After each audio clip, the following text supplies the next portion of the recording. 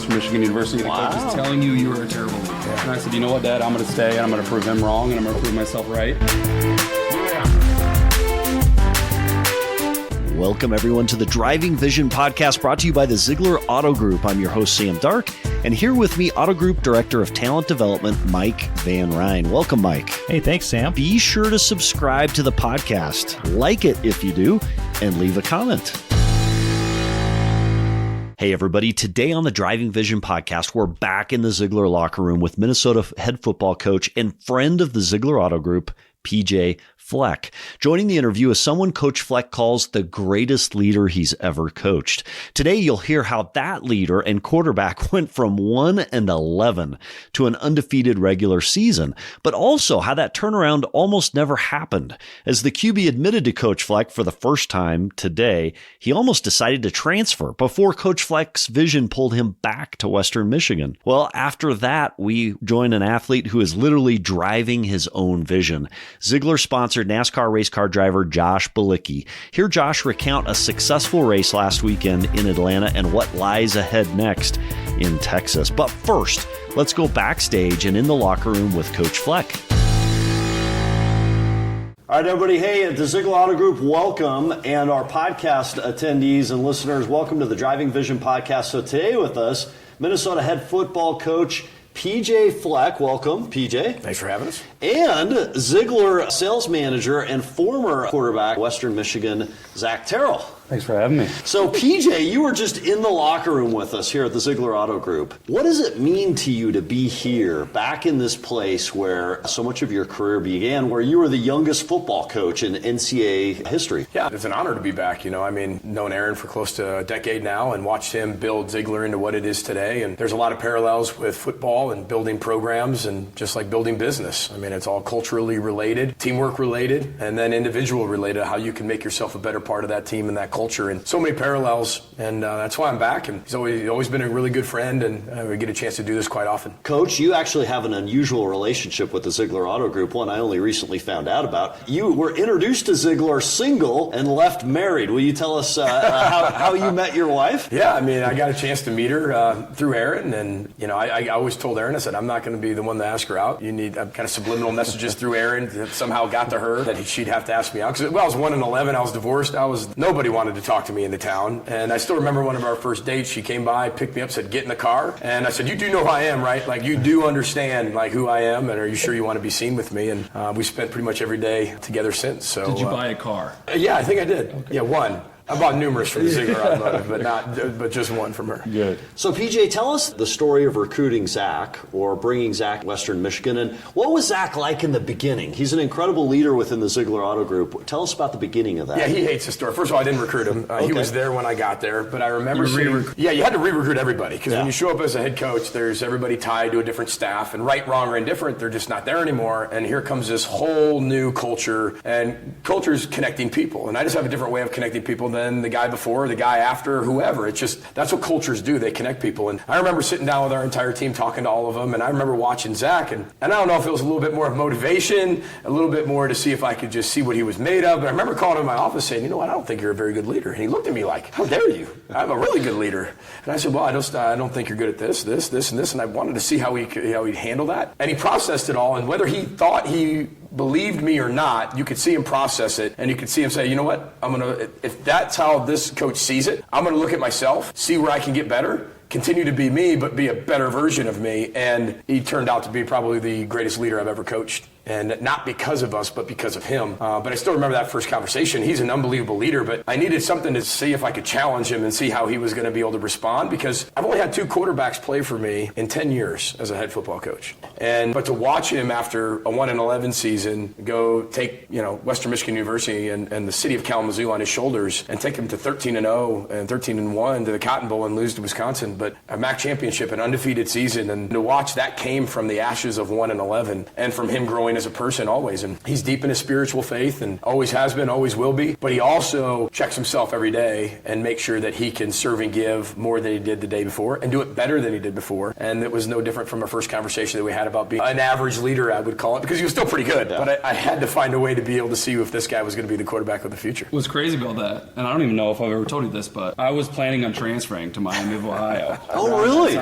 I never heard that one before. What was crazy about that is then when he challenged me, I've almost probably stayed more out of just being stubborn, out of sheer will, just saying, hey, I'm going to stay and I'm going to prove this guy wrong. How close were you? My dad had wanted me to leave. My own father was like, you're leaving. You're leaving Western Michigan University. The coach is telling you you are a terrible leader. Yeah. And I said, you know what, Dad, I'm going to stay and I'm going to prove him wrong and I'm going to prove myself right. And it all ended up working. Didn't look so good at first because we went 1-11 shortly after. But there's one thing that you as a leader that I think is special that is often overlooked, and it's your consistency. Talk about how you are so consistent as a person, your messaging, and then how you come across to your teammates and your players and those who look up to you on a daily basis. How are you so consistent? Yeah, I think we talked about this earlier. I'm really good at being myself, and I think too many people, they're inconsistent because they don't know who they are and they don't know how to act and they don't know what to do. If you're just yourself in every situation that comes your way and you're a better version of yourself the next day, then you can build that trust with that consistency, that time and that proof that's truly needed. And I'm not saying that I'm really good at it, but I know who I am and I do everything I can to be a better version of myself tomorrow than I was today, and be better today than I was yesterday. And I think too many times we try to be what the outside society wants us to be, or what a head coach should look like, or what a business executive should do. And instead of just running the company or the organization or the team how we feels fit. Because when you're you, everything else falls in place. You don't have to try to be somebody that you're not and then get stuck in a lot of different situations on what do I do next. If you're just yourself and you get yourself the right people that bring the best out of you, then you can have a ton of success. And the reason why I'm here is just whatever it is I've had so many great people around me, including him. But you saw in that 1-11 season that this guy was going to turn that whole program around. So that's an interesting point. Human nature, we want to make snap decisions about people. From the outside looking in, at the end of that 1-11 season, you saw losers, right? You saw a team that could not win, that human nature is to project that loss way far ahead and say you'll never win. How do you see things how they truly are, how they really are? How did you see the talent? How did you know for yourself that wasn't you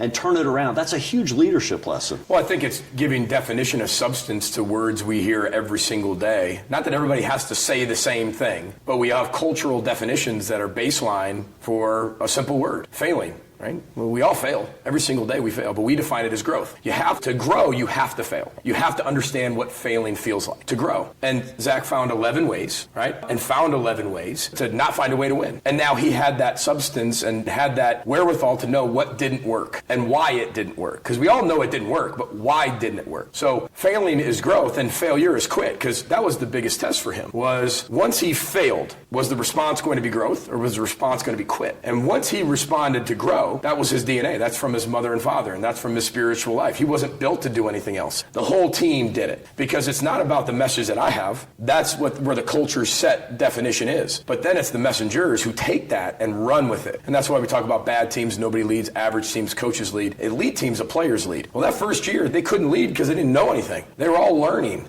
They were all finding their way. But that same young team that went 1-11 ended up, for the majority of those guys, took us to 13-0. But that 1-11 was necessary. And I always tell people, like, coaches should always have to go through like a 0-12 or a 1-11 season to start. Wasn't it painful though? I mean, awful. But it's scarred. But it builds you. It takes you one of two ways. No, you said scarring, and I think that's right. But it does. But I think scars are necessary in all of us. We all have scars. Our hearts, our minds, our souls, our bodies. Yeah. But it's the response to those and understanding of that's your journey. Like that's how you made it to where you are. Yeah. And not be scared of that or worried about that, but be thankful for what we have, because too many people aren't grateful for the result. So as a coach in that 1-11 season, you talk about leadership as turning a roadblock into a speed bump. What are some of the speed bumps you created that year to help? I mean, you say it's player-led, but the coach inspired, right? What are some of those roadblocks that you turned into speed bumps? Well, I think it's empowering your people to know what battles to pick and which ones they can figure out on their own. And when it's early in the process, you're solving everything for everyone, because you're setting the tone and the definition and the standard of what it should look like. And that's exhausting. And it takes a lot of energy away from you, the leadership team, and everybody else. Where once everybody knows exactly what to expect, right?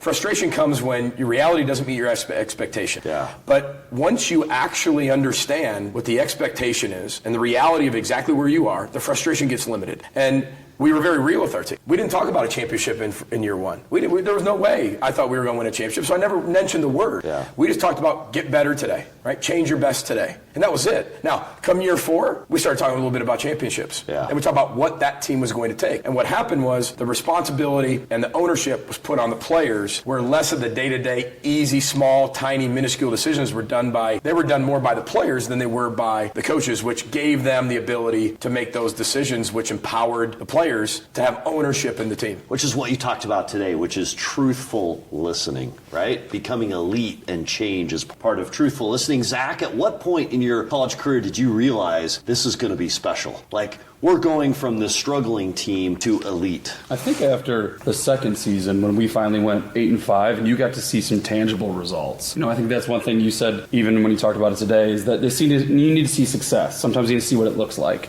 And we went 1-11. There was really no success at all, right? There was a lot of learning from our failure. But over time, as we began to grow, we started to see what success looked like. And then we kind of had that blueprint set. Hey, this is what we want more. How can we get more? And that's one thing that he does a great job of setting a vision and giving a blueprint. And, even going into our last year, just flashing on a screen a Cotton Bowl logo. And none of us knew what that meant, before the season even started, and he didn't even talk about it. But he just flashed up there that subliminal messaging and vision way before we'd even thought ourselves of it being possible. You used that quote, using cultural ways to teach lifetime lessons. Yes. You talk about finding cultural ways to teach lifetime lessons, the OR, right? Flashing pictures of the Cotton Bowl logo. Where did you get that from as a leader? How did you learn that? How did you develop this idea of creating a vision that was so sticky for these kids? Well, I'm not very smart, first of all. Not true. You have to be able to keep things very simple for me to get it. I have an elementary education background in terms of teaching. I was a 6th grade social studies teacher. So you've got to teach, when you're teaching 6th grade or teaching elementary school, it's teaching at the simplest form. You've got to get all these people that are distracted by anything, fly on the wall to a crayon dropping to, somebody picking their nose, to really focus in on and capture their attention for 50 minutes on a topic that maybe they don't want to do. And same thing for a football team. There's so much brain space for young people these days, and you want to make sure that whatever they do and whatever they listen to, whatever they hear, what it's important in their lives as young people, you incorporate that and intertwine that into your teachings day to day. That have to do with football, life, being a great husband, great father one day. You have to incorporate all that. I'm 41 years old, so I'm not their age, but it's my job to find a way to know what they listen to so I can incorporate that into my message for the day. What they like to watch on TV. I might not watch it, but I'm going to find a way to build my team meeting around it. What's popular in current events and what they do. How to be able to use a social platform to really reach their minds, because their 17 to 22-year-old mind is different than my 41-year-old mind. But it doesn't matter what I know. It only matters what they know. And if they don't get it, it doesn't matter how much I know. So that's the whole culture's about, is finding a way to get everybody to understand it, and they understand it better and want to come back tomorrow even more ready to learn than they were the day before. So Zach, how have those leadership lessons under PJ Fleck all those years ago made you a better leader today in business? How have you applied those to a sales manager at Zeigler Auto Group? In every way. Even from the way that I talk to the phrasing that I use and the way that I influence the people that I'm with every day. Not only, people that work for me, but our customers, and throughout my life. I've used, the program is still instilled. I still know all the pieces of it, and I still use all of them. And it travels with me everywhere I go, and that's why you've seen so much success from him and every place he's gone and been, and he'll continue to do that, is because he gets people to buy in, and he doesn't just change them on the field. He changes them in the classroom. He changes them in their own personal lives and makes them better all around people. And then, he gets some of the benefits on the field, but everybody benefits from it. And that's why it's so special for us to have him at Zeigler today. Thank you so much for being here Thanks for having me. And working with the Zeigler Auto Group. It was awesome to have you in the training room. The energy that you bring and the passion, unrivaled, right? It's like everybody had a Red Bull today. Yeah, without having the Red Bull. So thank you, Coach PJ Fleck. Anything else to say? Any other words to the Zeigler Auto Group? No, row the boat, Scotty Mile, go Gophers, and go Zeigler. I like it. Thank you, sir. You got it. Hey, appreciate it. All right, Mike. So today with us is NASCAR race car driver, Zeigler sponsor, Josh Bilicki. Josh, welcome to the show. Thank you guys for having me. I always look forward to these. So Josh, we absolutely love having you on, and it's an exciting day to be here because we get to do a little catch up from our last conversation. So we talked about initially your huge success, 9th place finish at Daytona, including pole position for that lead position for many, many laps. Some adversity and struggle through the next two, right? In both California and in Las Vegas. And Josh, an interesting result this past weekend. So tell us first off where you began the race this weekend in Atlanta. Yeah, so I know that we had talked about California and Vegas. Both, we kind of struggled at. My first two races in the Cup Series with Spire Motorsports. Vegas was Zeigler's first sponsored race, and I struggled there, to find comfort in the car. These cars, I'm still learning. And Josh, it's a brand new car for those who don't know, right? It is. This is a car that not only have you never driven, but no one's driven, right? It's a whole new specification, a whole new type of car. That is correct, especially at the tracks that we were at, too. Fontana in California, that was my first race with Spire. That was a tough learning curve, not only for me, but, veterans like Kevin Harvick, Ross Chastain. Those guys took big hits at Fontana. Literally right in practice. Right first lap of practice, Kevin Harvick made a pretty big mistake, and that just shows how hard these cars are to drive. And if a veteran like Kevin Harvick, who's been in the sport for 20 years, has those challenges, a guy like myself who's only been in the sport for 4 or 5 years, it tells me that I might struggle too. So we did struggle a little bit in Fontana, in California, and Vegas. So going to Atlanta, there were a lot of unknowns. Atlanta, it was a brand new repave, but not only a repave, it was a restructure of the racetrack. Not a complete reconfiguration, but it was a reprofile. They actually shrunk the corners, made the corners tighter. So the track used to be, I think, 50 or 55 feet wide. Now they shrunk it to 40 feet wide. So you could barely fit 3 cars on there. They added banking too. So they added banking, kind of reprofiled the track. And we showed up with a completely different horsepower downforce package than what we raced at the past couple of weekends. So they took downforce, they added downforce, and they took away horsepower.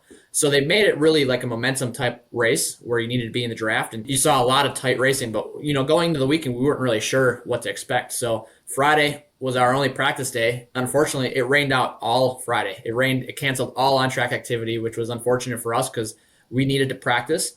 And as a result of that, NASCAR deemed that practice was more important than qualifying. They canceled qualifying and they replaced it with practice, which was great for us in one sense of we're going to get to experience this car on this track. We're going to see what this car drives like. It was bad for us because they canceled qualifying, and I had missed the Phoenix race. I didn't race the Phoenix race. It wasn't my race. So we started second to last, right in front of Greg Biffle. Wow. So that was cool to start right next to Greg Biffle, who's a veteran in the sport, but it also put us in a pretty deep hole. We knew that this race would be pretty chaotic. So Josh, I stood there with you on the track as we did the national anthem at the very beginning. And there you are, the very last, you're at the end of the lineup. What was going through your mind as you were looking ahead at the cars in front of you and really the race that lie ahead as we were doing the national anthem and some of those intros? Yeah, I don't really get nervous much, but there was definitely a lot of nerves at the beginning of that race, leading into the race, because there were so many unknowns. How is this car going to drive? How's my car going to drive when there's 35 other cars in front of me? All those cars, that creates dirty wake. It's like a boat. There's so much dirty wake and dirty air behind those race cars. Well, I'm 36th in line. What's my car going to do? How's it going to drive? Yeah. So there was a lot of uncertainty going into the race. Luckily, our car was phenomenal. Spire Motorsports gave me a great car, and I had some practice. We practiced on Saturday in the pack, in the draft, and we were fast. We had a good car. We could use that kind of to our advantage. We knew that we weren't really behind the 8 ball in terms of speed. We knew we had a car capable of racing with the main pack. With the guys that are winning races. So we actually use that to our advantage. We could kind of play the race into our strategy, let the race come to us. And that's what my crew chief and I talked about before the race, letting the race come to us. We're already starting at the back. We know if we try to make our way to the top 10 or top 5 in the first couple of laps or first half of the race even, that could create a mess, because a lot of those guys up there, they race really, really aggressively. So we just came into the race with the mindset of letting the race come to us, and that's exactly what we did. I think in the first 5 or 10 laps, though, we did pass 10 cars, and we were comfortably around 25th, 24th for a while. So talk to us about your lap and your pace times as compared to the leaders and those that ended up winning. You posted some amazing lap times, right? That must have given you some confidence early on. It did. I want to say for the first half of the race, my teammate and I had the first and second fastest laps of the race, which was really cool for our Spire Motorsports team.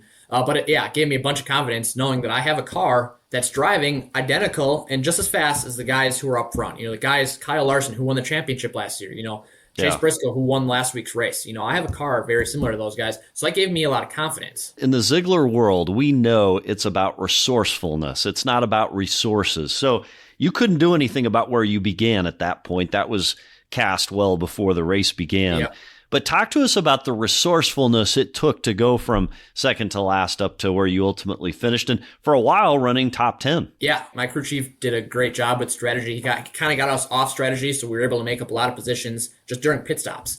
And that got us, we were in the top 10. We restarted in the top 10 once. And, for me to race in the top 10 in the Cup Series, I haven't done that very often. And we had a car capable of doing it. Unfortunately, I actually drove into the corner a little bit too fast. And the front of the car, the front tires lost grip, and I just kind of washed up the racetrack. It was a learning experience for me for sure. And then I got put 3 wide, and then basically at that point I knew that if I try to blend back into this line, I could create a big mess, and I'm just going to play it safe. Luckily, I did that because, honestly, 5 or 10 laps after that happened, there's a big wreck. I think somebody up front had a right front tire go down. Let's talk about that wreck because it's a great picture. We'll post it in the notes. So you see the Hendrick car completely sideways, 4 or 5 different cars sideways, and you're right in the middle of it. It reminded me of Daytona where a car flipped completely over you. What lap did that happen in? And then what were you thinking as you saw this unfold? And again, the resourcefulness that it took to get through it. Yeah, there were a couple really close ones, and the 2 that stand out, that's the first one. That all happened, right where I just was. I made the slight mistake and I dropped back, and I did it kind of at the perfect time where I wasn't in that wreck. Otherwise, I think honestly I would have been right there with the Hendrick car. When that happened, all you can do is try to find a hole and also make sure you try not to get hit from behind. These cars this year have really good brakes, and if you guys listen on the radio, I probably said I didn't get in the wreck because of how good our brakes are. We have big brakes this year because we have bigger tires, and that allowed me to slow down really fast, downshift. And I thought for sure I was going to hit somebody. Luckily, the wreck happened right as pit road started. So I was able to kind of turn down the track and drive down pit road. 3 or 4 other cars actually drove down pit road. Had I gone straight and had there not been pit road there, I think I would have been in that wreck. So, it was kind of just, it was the perfect time on the racetrack. And I was in the perfect position to kind of just steer myself away from the wreck and go down pit road. Had that pit road not been there, though, I think I would have definitely been in that. So it's just really quick decision-making you need to make in the Cup Series when, you're going 185 miles per hour in the draft, 190 at the fastest. And when a wreck happens, you have a split second. After Daytona, I've learned quite a bit about wreck avoidance. You saw the same thing happen at Daytona. And I think my spotter helped me with that too. My spotter did a great job. So ultimately you finished 19th, which is when you think about where you started versus where you finished is an incredible result, right? 16th.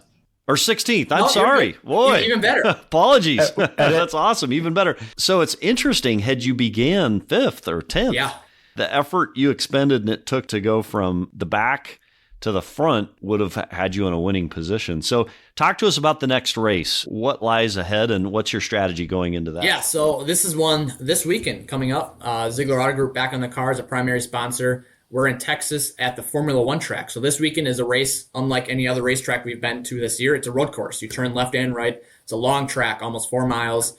Lots of corners. This is our busiest track we go to. It falls right into my background. My background is sports car racing on road courses. So that's how I got my start in NASCAR. I was a substitute driver just for one race in 2016 on a road course. And that led to so many more opportunities. But I'd say in NASCAR, I'm relatively known as a road course driver.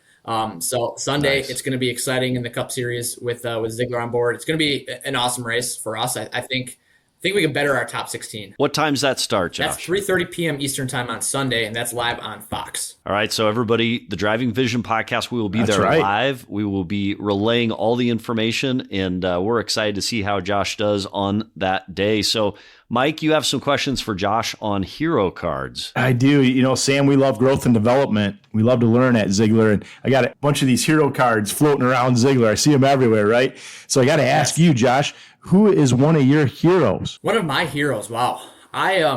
Growing up, it was always Jeff Gordon. Yep. He won a lot of races. He was fairly young. When I was 5 or 6, he was still relatively young in his career. Michael Schumacher is another one. He's a Formula One driver. He was winning races. So I think looking back at both of those guys, Jeff Gordon, Michael Schumacher, when I was young, they were winning races. Obviously, that's what I want to do. I want to win races. But I also look at my dad too. I mean, my dad, he wasn't a professional driver. He was a businessman, and he's helped me get to the point where I am right now. And without him, honestly, I mean, he got me started with go-karts when I was young. He taught me just all the skill on the business side too. You know, I still call him 3 or 4 times a week, just ask him questions, ask him about everything. But I would definitely say those 3. That's great. And fast forward, and Sunday, Jeff Gordon is announcing a race that you're driving in. How cool is that? It is cool. I mean, I have a lot of heroes, but it's cool that NASCAR allows some of these drivers to stay in the sport. You know, Clint Boyer, Jeff Gordon, but even like Greg Biffle. You know, Greg Biffle's been around for a long time, and I raced with him very closely. He was racing on Sunday. I raced with him in Las Vegas a couple weeks ago. So I think that's what's unique about our sport. You can race with some of your heroes. Yeah, that's so cool. Talk to us about when you're getting in the car, getting in that cockpit, getting ready to go, and your mindset. How do you get your mindset right before you start a race? Yeah, so race day, there's always a lot of things going on, a lot of appearances, meet and greets, team meetings. You know, we're strategizing, trying to go over what we think the race is going to pan out to. The one time that everything kind of calms down, and I look back to, Atlanta. You have a lot of nerves. You put the helmet on, you get in the race car, all those nerves go away. Honestly, you kind of feel free. And it sounds weird. You know, a lot of people think that might be the most nerve-wracking time. On grid, they tell you, gentlemen, start your engines. Well, you get in the car first, obviously, and there's a moment where it's just kind of silent. You know, you do your radio check, but you're sitting in the car with your headset in and your helmet on, and it's just quiet. You know, the car's not running, and that's when you kind of feel at peace. But leading up to that, it's busy. It's nerve-wracking. You're thinking about everything going on while you're signing autographs, while you're saying hi to fans, while you do the driver intros. It's a lot to juggle, but I love it. I mean, I think that's what makes our sport so unique, and all professional sports have that too. That's awesome. Well, Josh, we are so pumped to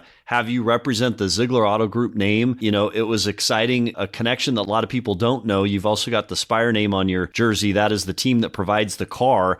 So near and dear to the Zeigler Auto Group is also Michigan State, a football team or a basketball team and football team that we support. And, you know, Sunday, not only did folks see you driving in Atlanta, but you also were able to watch Michigan State play Duke, and unfortunately had an incredible game and nearly pulled it out, but at a place where a Spire-owned hockey team plays, right, Josh? Yeah. Spire has many different entities. One of them is as a hockey team. So it's really cool to be a part of an organization like that. They can pull so many different, athletes and represent athletes as well. So it's definitely unique. It's awesome. So we're excited for Texas. Stay tuned, everybody. We will stream live on all our social media outlets and next week on the next edition of Driving Vision Podcast. Josh, appreciate you being here, Mike, and let's go race. Thanks, guys. Good luck, Josh. Thank you, Stan. Thank you, Mike. A big thank you to PJ Fleck, Zach Terrell, and Josh Bilicki for contributing to this week's episode. And a thanks to you for tuning in weekly and making us one of the most listened to business podcasts on Apple. Until next week, how are you driving vision today?